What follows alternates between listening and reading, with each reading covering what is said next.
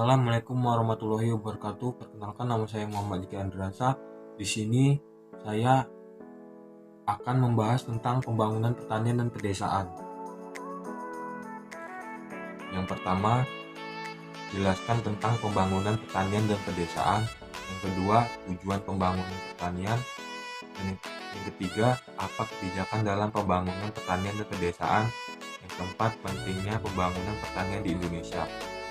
Kelima, apa permasalahan yang menghadapi Indonesia dalam pembangunan pertanian.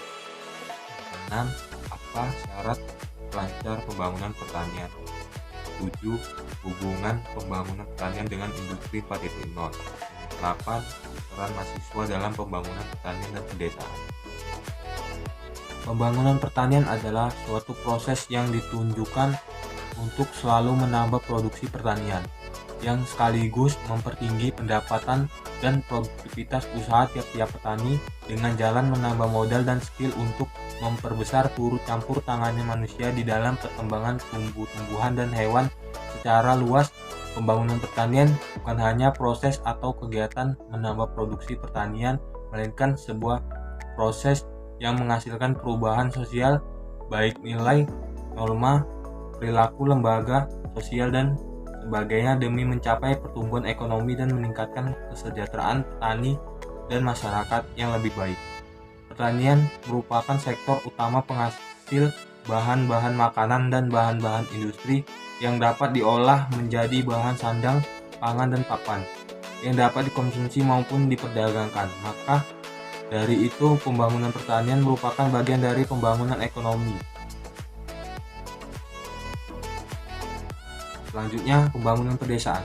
Pembangunan pedesaan adalah pembangunan berbasis pedesaan dengan mengedepankan kreatifan lokal kawasan pedesaan yang mencakup struktur demografi masyarakat, karakteristik sosial budaya, karakteristik fisik geografis, pola kegiatan usaha pertanian, pola keterkaitan ekonomi desa kota, sektor kelembagaan desa, dan karakteristik kawasan pemukiman. Pembangunan pedesaan memungkinkan sumber-sumber pertumbuhan ekonomi digerakkan ke pedesaan sehingga desa menjadi tempat yang menarik sebagai tempat tinggal dan mencari penghidupan. Infrastruktur desa seperti irigasi dan prasarana dan prasarana transportasi, listrik, telepon, sarana pendidikan, kesehatan, dan sarana-sarana lain yang dibutuhkan harus bisa disediakan sehingga memungkinkan desa maju dan berkembang.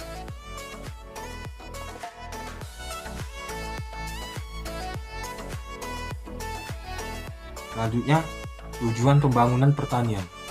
Salah satu tujuan dari pembangunan pertanian adalah meningkatkan produksi pertanian untuk dibutuhkan pasaran dengan harga yang cukup tinggi untuk memasarkan hasil produksi tersebut guna mengembalikan biaya yang telah dikeluarkan petani dalam menjalankan usaha taninya serta meningkatkan pendapatan petani. Selanjutnya, apa kebijakan dalam pembangunan pertanian? Kebijakan pembangunan pertanian ditunjukkan untuk meningkatkan ketahanan pangan, pengembangan agribisnis, dan meningkatkan kesejahteraan petani. Mengisyaratkan bahwa produk pertanian yang dihasilkan harus memenuhi syarat kuantitas dan syarat berkelanjutan sehingga memiliki daya saing dan mudah diperoleh dengan harga yang terjangkau. Pembangunan pertanian merupakan bagian yang tidak dapat dipisahkan dari pembangunan nasional yang memiliki warna sentral karena berperan dalam meletakkan dasar yang kokoh bagi perekonomian negara. Hal ini ditunjukkan dari banyaknya penduduk atau tenaga kerja yang bekerja pada sektor pertanian. Selanjutnya, apa kebijakan dalam pembangunan pedesaan? Kebijakan pembangunan sesuai dengan alamat Undang-Undang Nomor 6 2014 tentang Desa. Tujuan pembangunan desa adalah meningkatkan kesejahteraan masyarakat desa dan kualitas hidup manusia serta penanggulangan kemiskinan melalui pemenuhan kebutuhan dasar. Pembangunan sarana dan prasarana desa, membangun potensi ekonomi lokal serta pemanfaatan sumber daya alam dan lingkungan secara berkelanjutan. Kemudian, pentingnya pembangunan pertanian di Indonesia. Pertanian mempunyai kontribusi penting terhadap perekonomian, yaitu kontribusi produk dalam sumbangannya terhadap produk domestik bruto, dan juga kontribusi pasar. Peran penting lainnya adalah dalam penyediaan kebutuhan pangan manusia, apalagi dengan semakin meningkatnya jumlah penduduk, yang berarti bahwa kebutuhan akan pangan juga semakin meningkat.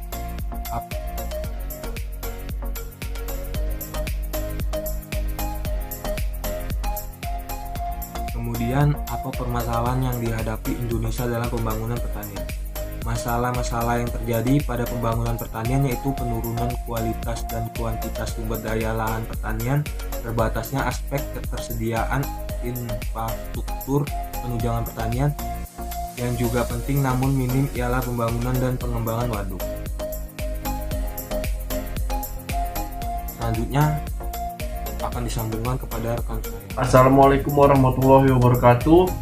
Perkenalkan, nama saya Giri Bayu Arahap. Sebelumnya saya berterima kasih kepada Diki atas waktu yang telah diberikan kepada saya untuk menjelaskan peranan mahasiswa dalam pembangunan pertanian. Peranan mahasiswa dalam pembangunan pertanian dan pedesaan. Mahasiswa juga berperan sebagai penggerak inovasi baru terhadap pertanian berkelanjutan, baik dari hulu hilir sampai pengolahan, serta manajemen produk pertanian agar memiliki nilai tambah lebih dari dan berdaya saing, dan mampu sebagai agen promosi produk pertanian lokal. Jelasnya, sektor pertanian saat ini yang perlu dibantu yaitu sektor adaptasi teknologi pertanian, karena masih banyak dari petani yang modal terbatas dan kesulitan dalam investasi teknologi. Mahasiswa sebagai bagian daripada masyarakat memiliki fungsi dan peran yang sangat strategis dalam hal pemberdayaan masyarakat lokal dan pemerataan pembangunan, yaitu tanggung jawabnya sebagai duta masyarakat untuk mentransformasikan pola pikirnya kepada daerah. Dan mahasiswa juga berperan dalam suatu pemasaran dari produk hasil-hasil pertanian yang nantinya dapat diperoleh tiap-tiap konsumen dan juga meningkatkan kesejahteraan petani. Hubungan pembangunan pertanian dengan industri. Saat ini, industri pertanian dunia sudah memasuki era revolusi industri yang keempat atau bisa disebut industri, ditandai dengan penggunaan mesin-mesin otomatis yang terintegrasi dengan jaringan internet. Revolusi industri dalam sektor agrikultur ternyata lebih dominan terjadi di Eropa. Hal ini disebabkan oleh adanya bencana demografi, yaitu keadaan di mana jumlah penduduk yang berusia produktif lebih sedikit dibanding penduduk yang berusia non-produktif, sehingga tenaga penduduk harus digantikan dengan teknologi. Sedangkan di Indonesia sendiri, revolusi industri terutama di sektor pertanian belum begitu berhasil berkembang. Beberapa kendala penyebab belum berhasilnya revolusi industri di Indonesia adalah: pertama, sumber daya manusia; kedua, kondisi lahan pertanian; dan sosial budaya masyarakat. Kendala revolusi industri pada era digital seperti saat ini, dunia pertanian dipenuhi dengan isu revolusi industri, di mana pertanian diharapkan dapat melibatkan digital dalam proses pengembangannya. Salah satu tujuan revolusi industri di sektor pertanian adalah meningkatkan produktivitas pertanian secara efektif dan efisiensi. Dari tujuan tersebut, terlihat bahwa fokus pengembangan pada sektor pertanian masih berupa produk fisik. Fokus pada produk fisik saja sebenarnya tidak cukup, karena pertanian juga harus ditopang oleh sumber daya manusia. Sekian dan terima kasih. Wassalamualaikum warahmatullahi wabarakatuh.